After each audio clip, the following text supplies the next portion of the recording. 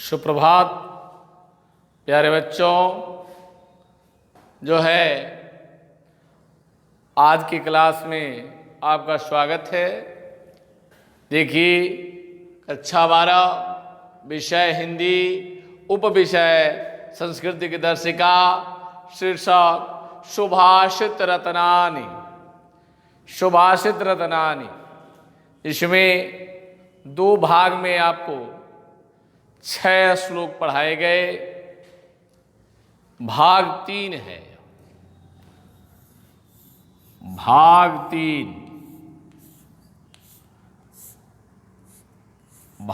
3 जो है, और 2 भाग में 6 श्लोक। इसमें जो है 8, 9, 10 3 श्लोक आपको पढ़ाए जाएंगे। प्यारे बच्चों, यह जो है हमें संस्कृत के श्लोकों से शिक्षा प्राप्त होती है। जैसे कि पहला श्लोक इसमें जो है कि भाषा सुमुख्या मधुरा दिव्या गृवाण भारती तस्याहि मधुरम काव्यम तस्मादपि सुभाषितम। भाषाओं में महत्वपूर्ण मधुर और अलौकिक वाणी संस्कृत भाषा, इससे भी इसके मधुर काव्य हैं और उससे भी अधिक सुभाषित है। जो है वैसे ही आइए आपको मैं श्लोक बताने जा रहा हूँ।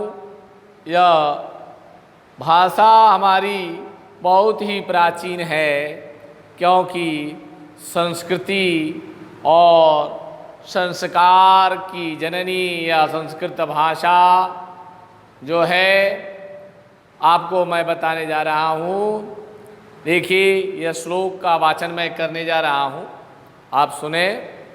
उदेति सविता ताम्रस्ताम्र एवास्तमेति च संपतौ च विपतौ च महतामिके रूपता। उदेति सविता ताम्र अस्ताम्र एवामेस्ति च संपतो च विपतो च महतामिके रूपता। उदेति सविता, सविता माने सूर्य, उदेति माने उदय होते हैं। जब भगवान सूर्य उदय होते हैं, ताम्र अस्ताम्र इवामेस्ति च, जो उदित होते हुए भी ताम्र वर्ण के होते हैं, लाल वर्ण के होते हैं, और जब सूर्य अस्त होते हैं उस समय भी वह लाल ही रंग के होते हैं। उदेति सविता, जब भगवान सूर्य का उदय होता है तो ताम्र अस्त अस्ताम्र एवास्तमेति च, वह उदय होते हुए भी लाल होते हैं, ताम्र वर्ण के होते हैं, और अस्त होते के समय भी ताम्र वर्ण के होते हैं। कहा गया है संपतौ च विपतौ च महतामिके रूपता। वैसे ही महान लोग जो होते हैं वह संपत्ति और विपत्ति माने आप जो है सुख में या दुख में वे भी एक समान होते हैं। सुख और दुख दोनों में वे एक समान रहते हैं। उदेति सविता ताम्रस्ताम्र एवामेस्ति च संपतौ च विपतौ च महतामिके रूपता। कहा गया है कि उदित होते समय भी सूर्य नारायण रक्त वर्ण के होते हैं, ताम्र वर्ण के होते हैं, और अस्त होते समय भी वह ताम्र वर्ण के ही होते हैं। जो है अस्तमेति जो है वह अस्त होते समय भी ताम्र वर्ण के होते हैं। और करें कि वैसे ही सुख व दुख, संपत्ति व विपत्ति में महान लोग भी एक समान रहते हैं। देखिए, समझ में आ गया होगा कि जो है भगवान सूर्य उदय होते हैं तब भी लाल वर्ण के होते हैं, और जब अस्त होते हैं उस समय भी रक्त वर्ण के होते हैं, ताम्र वर्ण के होते हैं। वैसे ही महान लोग संपत्ति व विपत्ति में भी एक समान होते हैं, जो है सुख व दुख में एक समान रहते हैं। आइए आगे श्लोक देखें। विद्या विवादाय धनम मदाय शक्ति परेशान परपीडनाय खलस्य साधो विपरीतमेतद् ज्ञानाय दानाय च रक्षणाय विद्या विवादाय धनं मदाय शक्ति परेशान परपीडनाय खलस्य साधो विपरीतमेतदा ज्ञानाय दानाय च रक्षणाय। प्यारे बच्चों, देखिए, विद्या विवादाय धनम मदाय शक्ति परेशान परपीडनाय।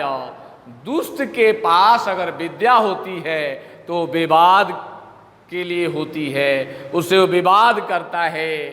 धनम मदाय, और धन होता है तो अहंकार उत्पन्न करता है, वह अहंकारी हो जाता है।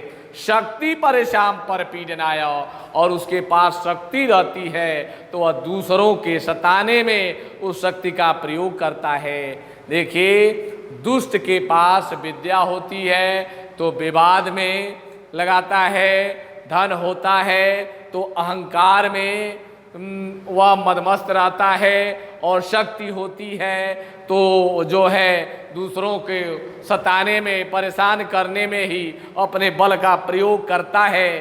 खलस्य व नीच व्यक्ति, और साधो विपरीतमेतद् ज्ञानाय दानाय च रक्षणाय। अगर वही विद्या साधु के पास होती है तो उसके विपरीत होती है। साधु के पास जो होता है, सज्जन आदमी के पास जो विद्या होती है, विद्या ज्ञान देने के लिए होती है, धन दान देने के लिए होता है, और शक्ति जो है दूसरों की रक्षा करने के लिए होती है। विद्या विवादाय धनम मदाय, विद्या विवादाय, जो विद्या विवाद के लिए, जो दुष्ट व्यक्ति के पास अगर विद्या होती है तो वह विवाद के लिए होती है। जो वह किसी से, अपने से ज़्यादा बड़ा विद्वान, वह किसी को समझता ही नहीं है। तर्क वितर्क जो है शास्त्रार्थ करने में और विवाद में ही उस विद्या को लगाता है, और धन रहता है तो धन के गर्भ में वह मदमस्त हो जाता है, और शक्ति से वह दूसरों को परेशान करता है, सताता है। यह नीच व्यक्ति, वैसा यह नीच व्यक्ति साधो विपरीत में, लेकिन सज्जन व्यक्ति जो होते हैं इसके विपरीत होते हैं। ज्ञानाय दानाय च रक्षणाय, उनका ज्ञान जो है, वह विद्या जो है दूसरे को ज्ञान देने के लिए होती है, धन दान देने के लिए होता है, और शक्ति रक्षा करने के लिए होती है। और शक्ति जो है रक्षा करने के लिए होती है, क्योंकि उसमें कहा गया है सवितात्मा।